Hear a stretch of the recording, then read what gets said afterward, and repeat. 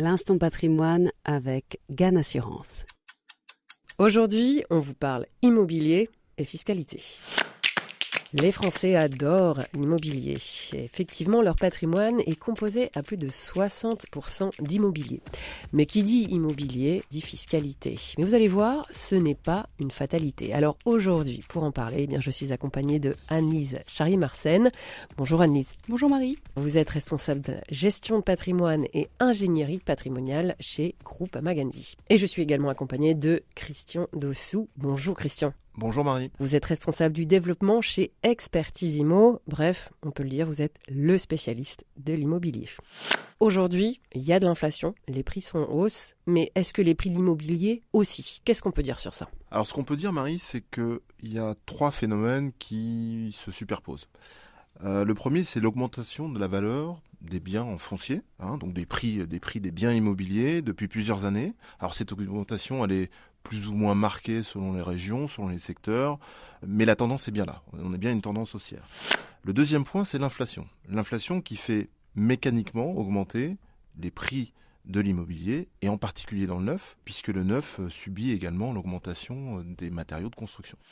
Et puis le troisième point, c'est les conditions d'emprunt pour acquérir un logement qui sont aujourd'hui un peu moins favorables qu'il y a quelques années, même si aujourd'hui emprunter à 3 ou 3,5 reste une très bonne affaire. Donc ces trois phénomènes risquent de perdurer un peu dans le temps. Donc l'immobilier en hausse, c'est plutôt une bonne nouvelle pour les propriétaires quand même. Je dirais que c'est plutôt une bonne nouvelle. Alors, en période de hausse des prix de l'immobilier, la valeur des biens augmente, donc ça veut dire que la valeur du patrimoine augmente également et se valorise. Et puis, en période d'inflation comme aujourd'hui, un investisseur immobilier voit ses loyers progresser dans le temps, ce qui est plutôt une bonne nouvelle, puisque les loyers sont indexés sur l'inflation, même si l'inflation aujourd'hui, dans le cas des loyers, est plafonnée à 3%. Deux points d'attention néanmoins. Le premier, c'est que la valorisation du patrimoine et l'augmentation des revenus fonciers peut avoir une incidence fiscale plus ou moins importante selon la situation. Et puis, l'accès à l'achat immobilier peut sembler un peu plus difficile aujourd'hui qu'hier.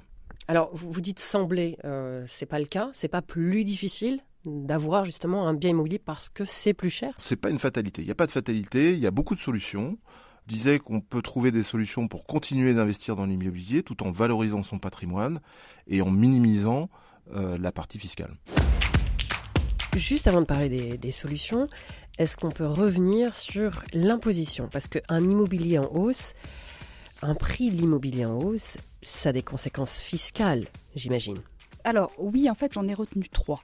Ce qu'il faut bien voir, c'est qu'effectivement, l'inflation dont parlait Christian va aussi avoir des conséquences sur la pression fiscale des détenteurs de biens immobiliers. Parce que la plupart des barèmes fiscaux n'ont pas été réévalués par les pouvoirs publics, donc elles ne tiennent pas compte de l'inflation. Le premier barème, c'est le barème en matière des droits de succession. Ce barème n'a pas été réévalué depuis de nombreuses années. Donc, sauf exception, le patrimoine immobilier, il rentre dans la masse successorale, il est taxé au titre des droits de succession. Il y a une dizaine d'années, il y avait une personne sur 6 qui payait les droits de succession. Aujourd'hui, c'est une personne sur 3. 60% du patrimoine des Français est composé d'immobilier. Donc très souvent, quand je vais ouvrir une succession, je vais retrouver un bien immobilier et je vais me retrouver effectivement avec une fiscalité, avec des droits. Des droits qu'il va falloir que j'organise et que je finance. Des droits qui peuvent être plutôt élevés. Oui, ça va dépendre effectivement de mon lien de parenté avec la personne et puis du montant du patrimoine transmis. Alors, la deuxième chose, c'est la fiscalité des plus-values immobilières. Depuis 2012, en fait, il faut attendre 30 ans pour bénéficier d'une exonération de plus-value immobilière. Alors la taxation des plus-values immobilières, elle bénéficie d'un régime de faveur particulier. C'est-à-dire que j'ai un taux, impôt sur le revenu et prélèvements sociaux, qui est égal à 36%.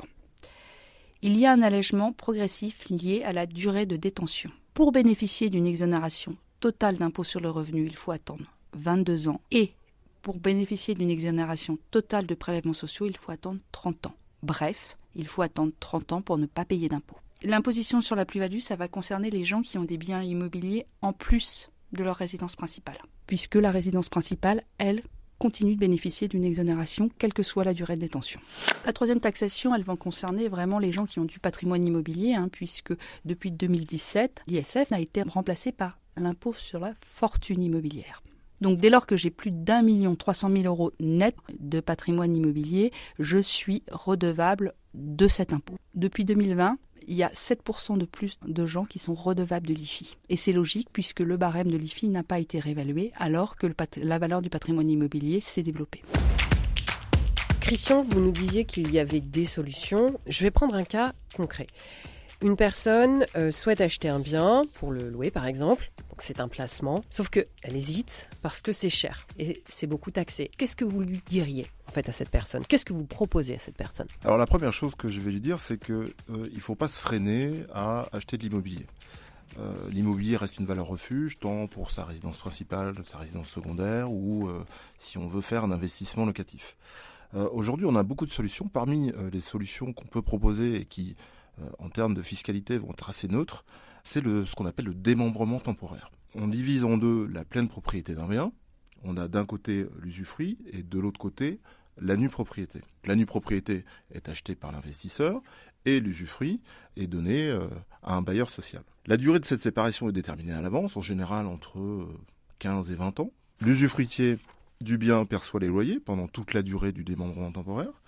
Le nu propriétaire, lui, donc l'investisseur, a le droit de disposer du bien, mais ne touche pas les loyers. À la fin de cette période, donc, la pleine propriété du bien sera intégralement reconstituée, donc entre les mains du nu propriétaire, qui récupère l'usufruit sans aucun frais, sans aucun droit d'enregistrement. Donc, les avantages, si vous voulez, de cette pratique, vous achetez uniquement la nue propriété d'un bien, donc c'est moins cher. Vous ne percevez aucun revenu pendant la durée de démembrement, donc qui dit aucun revenu locatif dit aucun impôt à payer. Mais l'avantage, c'est que vous pouvez aussi également déduire des intérêts de votre emprunt et les charges de cette opération sur une autre opération sur laquelle vous seriez positif, par exemple.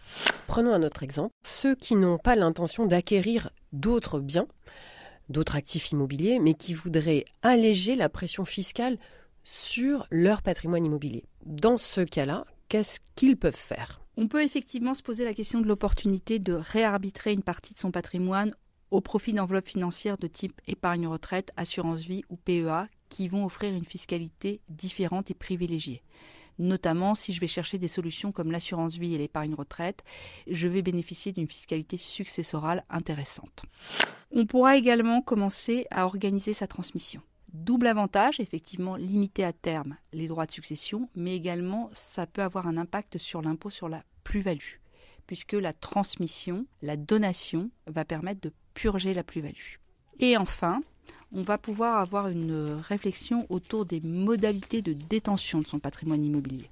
Notamment, pourquoi pas constituer un patrimoine ou faire appel à des sociétés civiles immobilières ou des SRL de famille si je suis en présence de biens donnés en location meublée. Anne-Lise, Christian, merci d'avoir pris le temps d'expliquer ces notions, pas toujours simples. Si vous avez des questions, contactez votre agent. Des solutions vous seront proposées.